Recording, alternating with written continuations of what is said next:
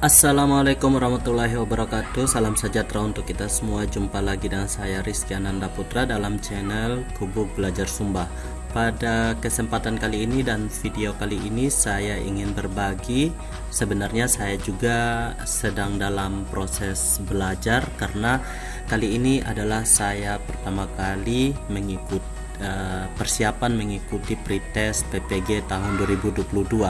Dan pada kali ini saya mengajak teman-teman juga, kita sama-sama belajar. Mudah-mudahan dalam video ini kita bisa mendapatkan sedikit ilmu untuk kita bisa pakai pada saat pretest PPG tahun ini yang mungkin dalam waktu dekat akan dilaksanakan oleh pemerintah. Oke, untuk itu kita langsung saja membahas. Ini video part 1 yang terdiri dari 10 soal. Nanti part 2-nya akan segera saya bikin videonya. Kita mulai tahap demi tahap, dimana part 1 ini saya ambil dari kumpulan soal yang sudah keluar di tahun-tahun pretest sebelumnya. Namun untuk yang besok video berikutnya saya usahakan untuk mengumpulkan soal-soal yang mungkin tentang kurikulum terbaru kurikulum terbaru mungkin.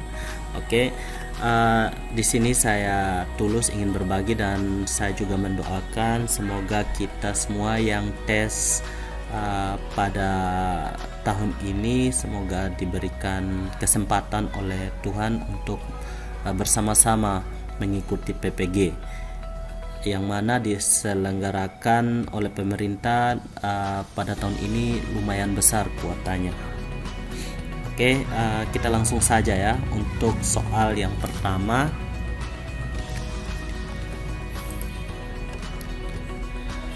Kemampuan bahasa anak mulai berkembang. Kemampuan bahasa anak mulai berkembang, pemikiran masih statis, belum dapat berpikir abstrak, dan kemampuan persepsi waktu dan ruang masih terbatas, merupakan perkembangan anak pada tahap A. Tahap sensori motorik, B. Tahap praoperasional, C. Tahap operasional konkret, D. Tahap operasional konkret. Oh, C dengan D ini sama ya. Oke, jawaban yang betul itu ada pada jawaban B, yaitu tahap praoperasional. Oke, kita lanjut untuk nomor yang kedua. Seorang anak dengan kemampuan menggunakan kata secara efektif, baik lisan atau pendongeng, orator, penerjemah dan sebagainya, maupun tertulis atau lisan, atau sastrawan, penulis skenario drama atau film, fonologi atau bunyi bahasa, semantik atau makna bahasa, dimensi pragmatik atau penggunaan praktis bahasa. Menurut Howard Gardner, anak tersebut mempunyai kecerdasan. Jadi jawaban yang betul adalah kecerdasan bahasa atau linguistik.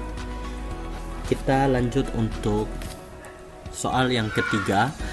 Untuk mengetahui kemampuan awal peserta didik, seorang pendidik dapat melakukan, ini pastinya kita sudah tahu semua, jawabannya adalah tes awal atau pretest. Yang keempat, dalam mengidentifikasi kasus kesulitan belajar dapat dilakukan dengan metode kriterion referensi. Yang bukan merupakan tahap metode kriterion referensi adalah A. Menetapkan angka nilai kualitatif minimal yang dapat diterima, misalnya 5,0 atau 6,0. B. Membandingkan prestasi dari setiap siswa dengan angka nilai batas lulus tersebut. Secara teoritis, mereka yang angka nilai prestasinya berada di bawah lulus sudah dapat diduga sebagai siswa yang mengalami kesulitan belajar. C. Menganalisis kemampuan peserta didik. D. Menghimpun siswa yang diduga mengalami kesulitan belajar serta mencari siswa yang mengalami gejala terparah atau yang nilainya jauh di bawah siswa penderita kesulitan belajar lainnya. Jadi ini dalam mengidentifikasi kasus kesulitan belajar yang dengan metode ini, yang bukan merupakan tahap metode tersebut adalah yang C. Menganalisis kemampuan peserta didik. Kita lanjut untuk nomor 5. Dalam kompetensi pedagogik, guru menguasai teori belajar dan prinsip-prinsip pembelajaran yang mendidik. Dalam prinsip pembelajaran yang mendidik, guru harus A. Melaksanakan proses pembelajaran sesuai jadwal. B. Menerapkan berbagai pendekatan, strategi, metode, dan teknik pembelajaran yang mendidik secara kreatif dalam mata pelajaran yang diampu. C. Menggunakan strategi pembelajaran. D. Hanya menggunakan teknik pembelajaran. Yang pastinya dalam prinsip pembelajaran yang mendidik, guru harus menerapkan semuanya, baik itu pendekatan, strategi, metode, dan teknik pembelajaran yang mendidik secara kreatif dalam mata pelajaran yang diampu. Jadi jawabannya adalah B. Kita lanjut untuk nomor 6.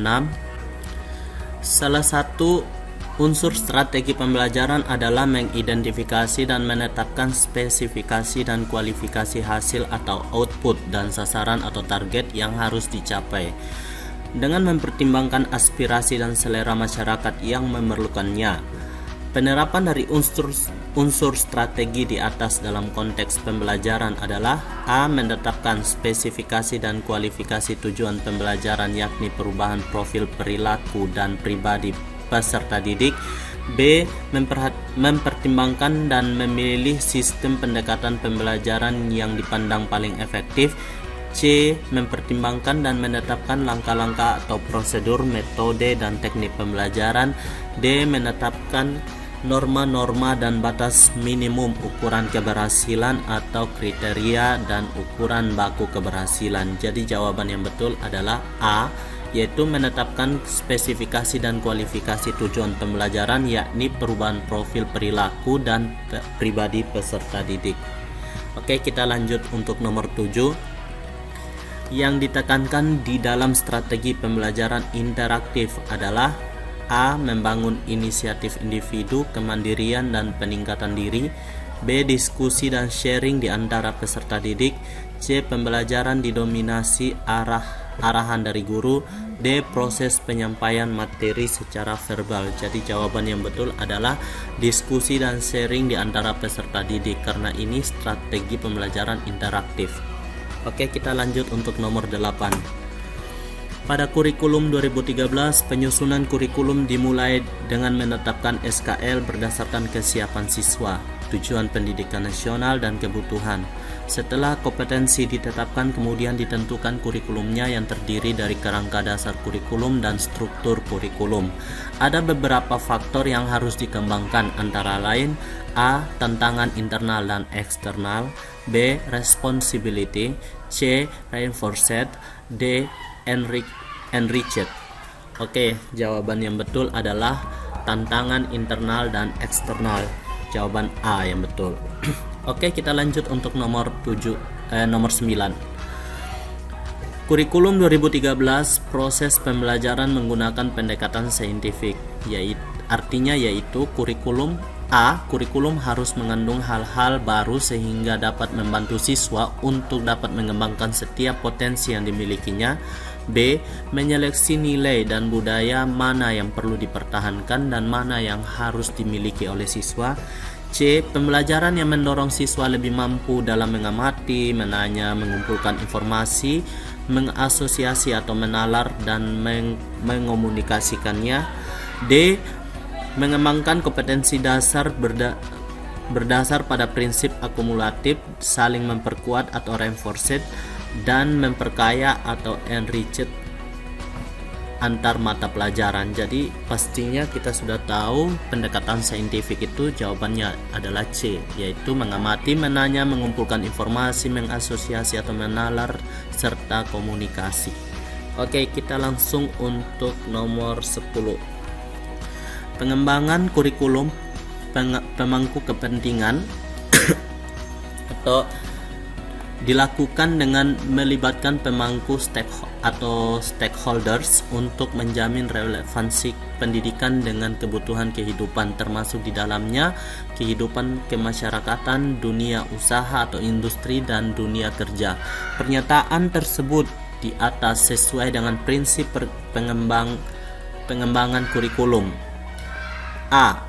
Tanggap terhadap perkembangan ilmu pengetahuan, teknologi, dan seni. B. Relevan dengan kebutuhan kehidupan. C. Menyeluruh dan berkesinambungan. D. Beragam dan terpadu. Jawaban yang betul adalah C. Menyeluruh dan berkesinambungan.